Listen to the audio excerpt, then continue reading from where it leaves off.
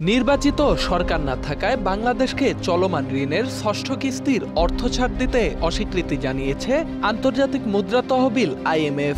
চলতি বছরের ডিসেম্বরের শেষে অথবা আগামী জানুয়ারির প্রথমার্ধে প্রায় $4.7 বিলিয়ন এই কিস্তি ছাড়ের কথা ছিল। তবে বৈদেশিক রিজার্ভে পর্যাপ্ত যোগান থাকায় আপাতত ঋণের বাকি অর্থ না পেলেও সমস্যা হবে না বলে জানিয়েছেন বাংলাদেশ ব্যাংকের গভর্নর।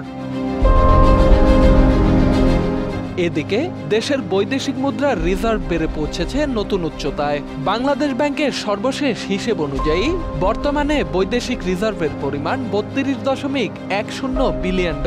অন্যদিকে আন্তর্জাতিক মুদ্রা তহবিলের BPM-6 পদ্ধতিতে গণনা করা হিসেব অনুযায়ী রিজার্ভের পরিমাণ $27.35 বিলিয়ন।